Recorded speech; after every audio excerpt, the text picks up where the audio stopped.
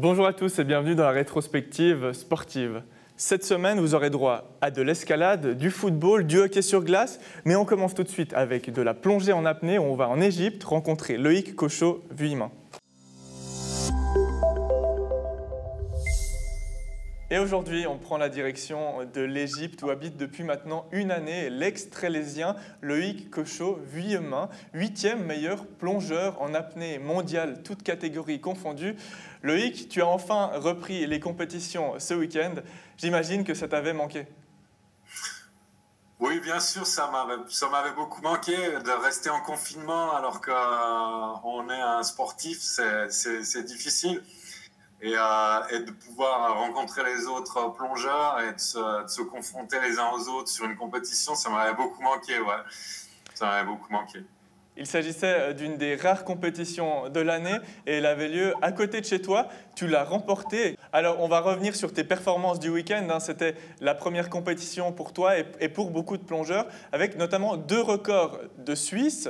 Avec les palmes, en fait, les jambes étaient en forme, j'ai envie de dire, puisque tu es allé à 85 mètres en poids constant classique et à 80 mètres en bipalme. J'imagine que tu es satisfait de ces 2 performances. Ah oui, je suis très content de ces performances. Déjà parce que je suis très content de ramener à la Suisse un record national de plus et puis de montrer que malgré le confinement et malgré disons l'adversité dans laquelle on vit tous avec le virus, on peut continuer à faire des belles performances sportives. Et puis c'est un achèvement personnel aussi parce que 80 mètres, c'est 4 mètres de plus que mon ancien record. Et puis bon, 85 mètres, c'est 1 mètre de plus. Je suis content de l'avoir réussi parce que j'avais un entraînement minime.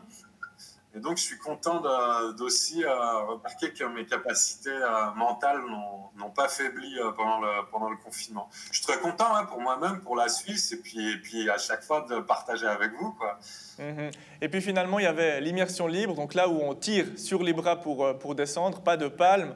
Ça s'est un petit peu moins bien passé pour toi.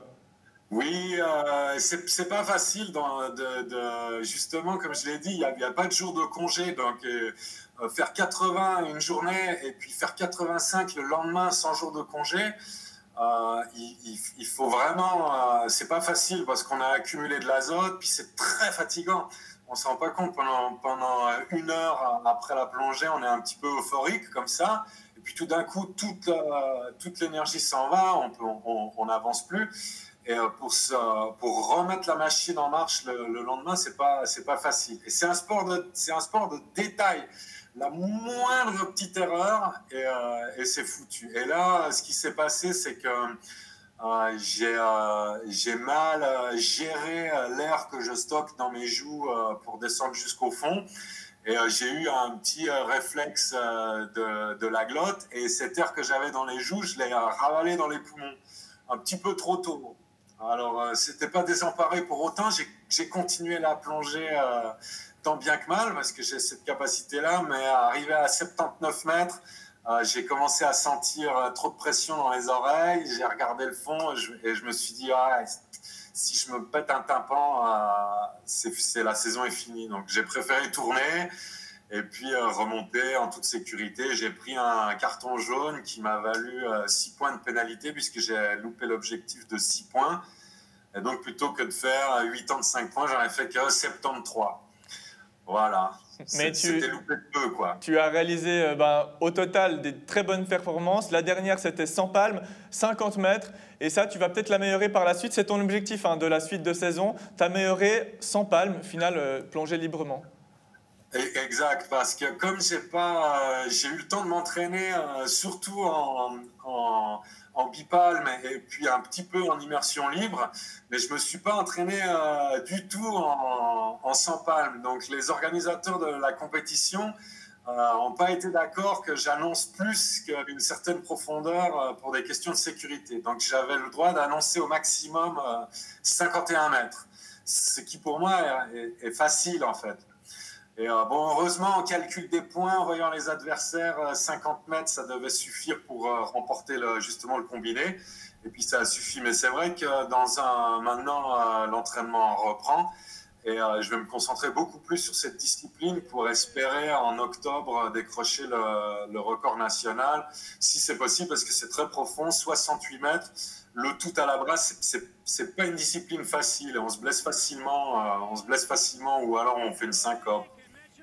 Prends soin de toi en tout cas, fais attention à toi si tu veux t'attaquer justement à ce record du monde, à ce record de Suisse. Merci beaucoup Loïc Cochot-Vumain de nous avoir accordé quelques minutes. À bientôt. Merci Joël, à bientôt.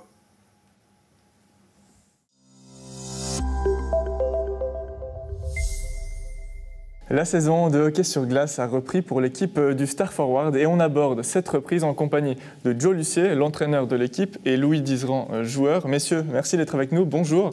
Voilà maintenant 10 jours que le championnat a repris. Et Joe, le bilan après 2 matchs, lequel est-il ? C'est un peu compliqué de tirer un bilan après 2 matchs, mais sur le fond, on est satisfait d'avoir les points qu'on a acquis jusqu'à maintenant. Sans être gourmand et arrogant, je pense qu'on aurait pu avoir les 6 points, vu la physionomie des matchs. On perd le premier en prolongation avec un but refusé à la 59e minute, 59e seconde, qui était tout à fait valable à Saint-Imier. Donc si on part de ce principe-là, c'était un bon match à Saint-Imier. Puis ensuite, on a accueilli pour le premier match à la maison Interlaken. Et puis là, ça a été un peu plus compliqué. On a joué par intermittence et on a payé un petit peu le prix. Et là, je pense qu'on avait les moyens d'aller chercher les 3 points. Et on est allé accrocher la prolongation, puis on a pris les 2 points. Et ça vous fait un total de 3 points, 2 matchs très serrés. Donc, est-ce qu'il faut s'attendre, Louis, à un championnat où chaque match sera serré comme ça ? Oui, alors je pense que cette année, on ne part pas leader pour la tête de nos adversaires. Mais je crois qu'on est des bulldogs. C'est pas pour rien qu'on est des bulldogs, on ne va jamais rien lâcher, puis on va tout donner. Quel statut justement à l'équipe cette année ? Parce qu'on sait que l'année dernière, l'équipe était en bas de classement. Cette année, l'effectif, on en parlera après, il a beaucoup changé.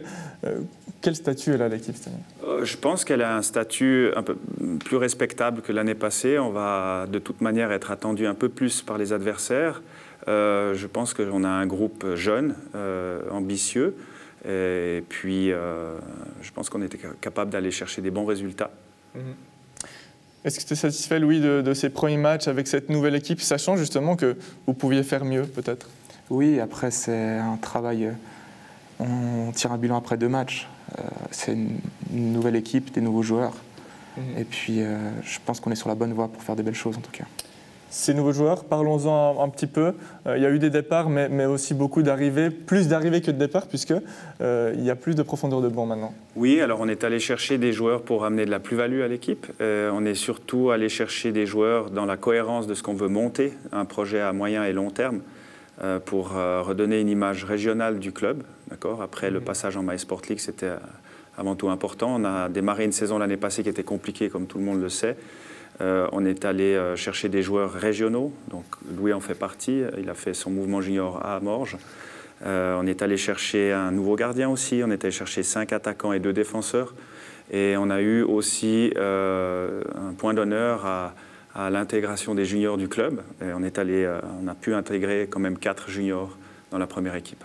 Quel est l'esprit d'équipe ? Toi qui es nouveau, qui arrive dans l'équipe, comment ça se passe quand autant de joueurs arrivent et se retrouvent et ne se connaissent pas forcément ? Oui, alors la chance qu'on a, c'est qu'on a une équipe jeune.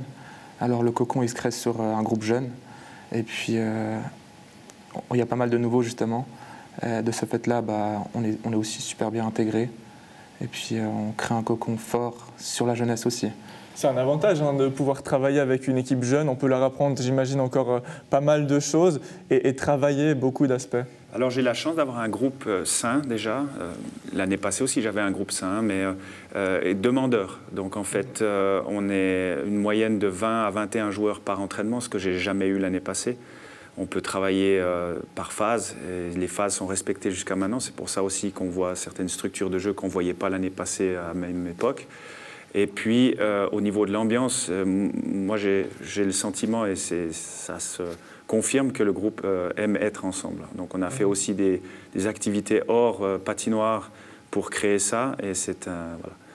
Et le groupe, il approche une semaine très importante. Il va jouer mercredi et ce week-end également. Et là, maintenant, il ne faut plus jouer les prolongations. C'est 6 points cette semaine. C'est l'objectif, en tout cas. On va tout faire pour. Quels seront les matchs ? On va jouer mercredi contre Sastal, à Sastal. Déplacement. Et puis samedi, on a un derby contre Yverdon à Morges. Pour le coach, j'imagine, même longueur d'onde, il faudra maintenant jouer cette semaine importante contre des adversaires battables, hein, avec l'équipe qui a ce nouveau potentiel. Jusqu'où elle peut aller justement cette équipe pour conclure cette année? C'est quoi l'objectif?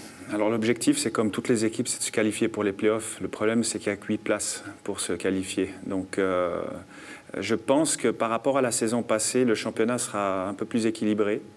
Donc ça va être difficile d'accrocher les 8 premières places, mais je pense qu'on a le potentiel pour le réaliser. Et je vois 2 équipes qui, à mon sens, sont supérieures. Je vois Neuchâtel, 3 même. Neuchâtel, Franche-Montagne et la Vallée de Joux. Et ces 3 équipes, peut-être que vous pourrez les embêter un petit peu, puisque l'équipe a le potentiel. En tout cas, il faudra prendre des points dès maintenant, dès cette semaine. Merci beaucoup, messieurs, d'être passés sur le plateau.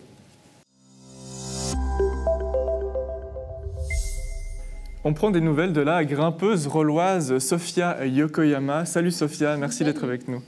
Tu fais donc de l'escalade et à 22 ans, tu possèdes déjà un joli petit palmarès, avec notamment un titre de championne suisse en 2018 ou encore une 17e place au dernier championnat du monde. C'est quoi ton plus beau souvenir sportif jusqu'à présent? C'est vraiment quand j'ai réalisé que je suis passée en demi-finale au championnat du monde au Japon. Et je passe derrière, je savais que j'avais réussi, je savais que j'ai fait ce que je devais, et puis je suis sortie, puis j'ai pleuré. Cette 17e place, c'était un peu l'objectif d'une saison, parce que c'était le championnat du monde. Ouais, vraiment l'objectif pour cette compétition, c'était demi-finale, et puis donner tout ce que je pouvais en demi-finale. Puis après, vu que je faisais aussi le combiné, essayer de faire au mieux dans les 2 autres disciplines.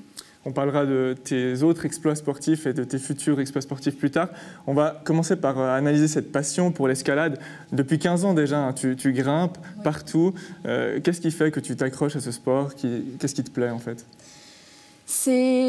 La grimpe, c'est très nouveau. Et puis quand j'ai commencé, c'était très social. Il y avait beaucoup... on parle avec les autres grimpeurs. Et puis, il n'y a pas cet aspect de compétition quand tu es en train de t'entraîner. Puis, je trouve que c'est très différent d'autres sports. Puis, il y a cet aspect physique, mental. Il faut avoir le bon mental, pas avoir peur. Il faut être équilibré dans le corps, savoir être en équilibre. Et puis, ouais, ça demande tout aspect physique, mental. C'est un sport très complet, hein, on l'entend. Ouais, comment est-ce que tu t'entraînes justement pour atteindre un tel niveau? Alors, le physique, c'est dans une salle de fitness, traction, pompe, squat, tout ce qu'on peut faire. Ensuite, il faut vraiment beaucoup pratiquer la grimpe, beaucoup grimper. Et tout ce qui est mental, c'est vraiment soit travailler avec quelqu'un, un psychologue de sport, et puis si tu as un peu de faiblesse en mental. Et surtout ça.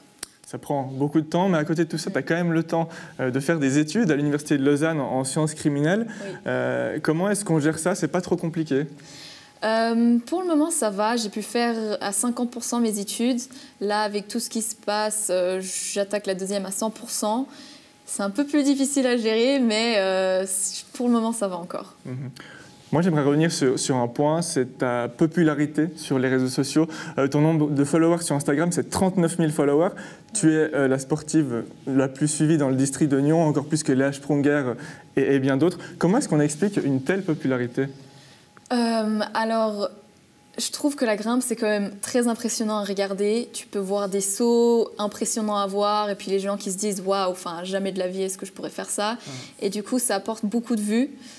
Sur les réseaux, et je pense que c'est cet aspect vraiment impressionnant de pouvoir porter son corps, tenir des petites prises, faire des jumps, et puis ça les gens ils s'intéressent à ça. C'est un sport qui marche bien aussi en ce moment. Ouais, là il y a beaucoup plus de monde qui commence à grimper, il y a beaucoup de salles qui ouvrent. Là, juste dans cette région, on en a 4, 5, 6 vers là, alors qu'il y a 10 ans, il y en avait 2. Ouais. On revient sur juste tes exploits sportifs. La grimpe, c'est en compétition 3 disciplines, le bloc, la voie et la vitesse. Toi, ta discipline de prédilection, c'est le bloc. Explique-nous, qu'est-ce que c'est que le bloc?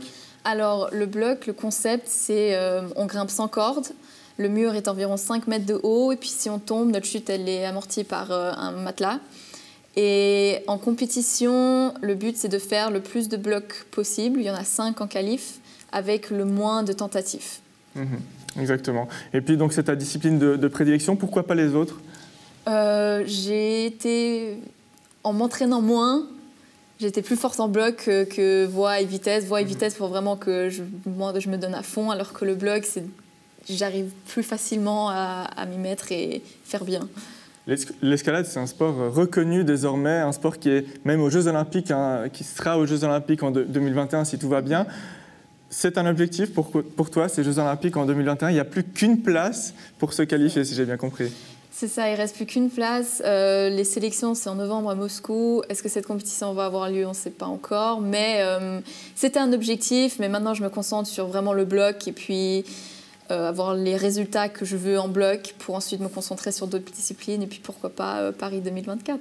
Parce qu'il faut savoir qu'à Tokyo, il y aura uniquement une épreuve combinée, donc où il faudra faire le bloc, la voie et la vitesse. Tandis qu'à Paris, justement, ça sera plus spécifique. Ça sera peut-être le moment où tu seras le plus en forme, au sommet de ta forme. C'est possible qu'en 2024, on ait une Sophia mature et prête à remporter les JO? C'est possible. Ils disent, les femmes, vers leurs 24-26 ans, c'est là où elles sont vraiment au top de leur forme. Et du coup, 2024, ce serait pile le bon timing.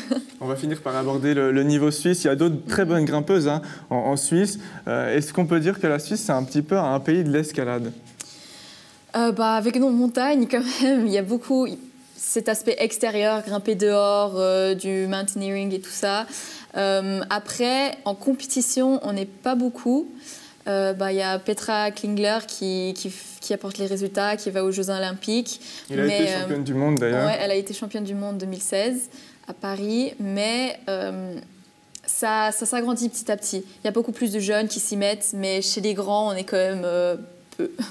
Merci beaucoup en tout cas Sophie Kayama pour tous ces renseignements. Et puis bonne chance pour 2024 plutôt. Merci. Merci.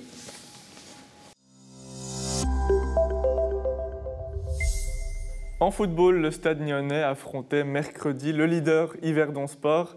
Les Jaunes et Noirs ont obtenu leur 6e match nul en 8 rencontres de Promotion League. Un match où les occasions de but ont été nombreuses, mais où les protégés d'Anthony Breza ont pêché à la finition. Regardez. Anthony Breza, le Stade Nyonnais jouait ce soir contre Yverdon Sport, le leader de Promotion League. Score final, 1 partout. On peut penser que c'est un bon résultat d'accrocher 1 point contre le leader, mais le Stade Nyonnais aurait presque mérité mieux ce soir. Ah non, on méritait clairement mieux. Au niveau des occasions, on méritait mieux. Après, c'est clair qu'on avait moins la possession que d'habitude, peut-être, mais on méritait d'emporter ce match. C'est tout. Les 10 premières minutes, on était allé les agresser, on marque. Après, s'il y a 3-1 à la mi-temps, c'est la même chose. Alors on était en contre-attaque, on leur faisait mal toujours dans le dos. On peut mieux jouer des coups. Mais voilà, après, la deuxième mi-temps, on a un petit peu perdu trop vite les ballons. On prend un but tôt, mais je dois féliciter mes joueurs de ne pas avoir laissé tomber, d'avoir continué.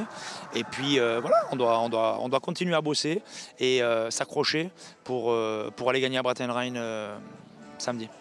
Tu le disais, moins de possession que d'habitude. Les consignes étaient différentes peut-être aujourd'hui quand on joue contre un Yverdon Sport?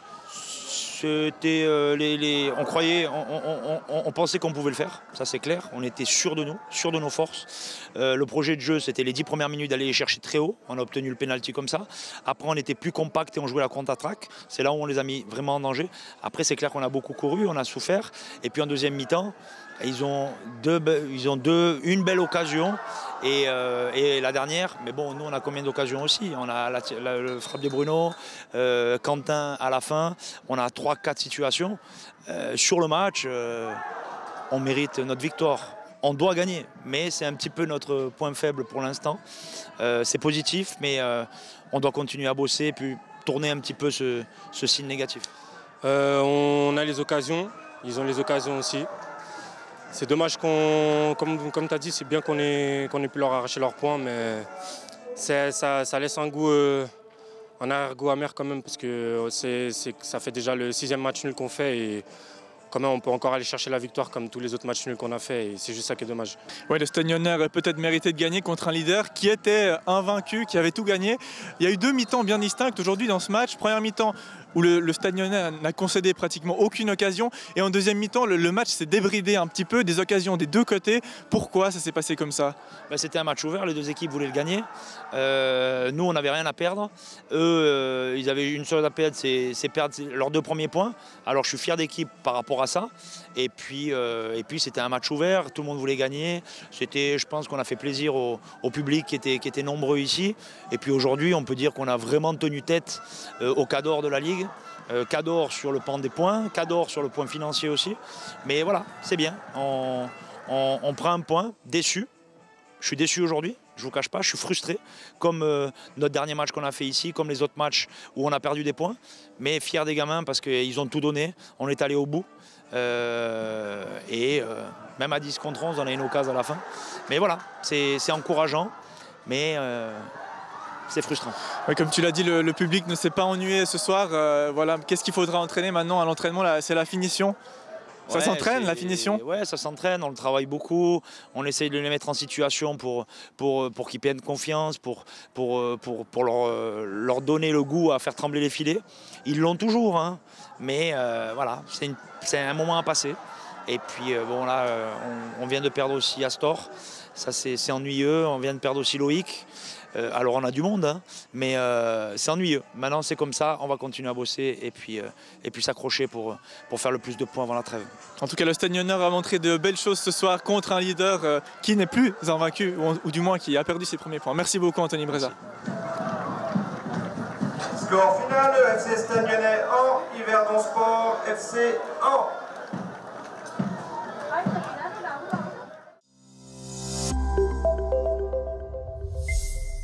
Voilà, c'est tout pour la rétrospective sportive de la semaine. Quant à moi, je vous retrouve la semaine prochaine pour encore plus de sport. Ciao, ciao.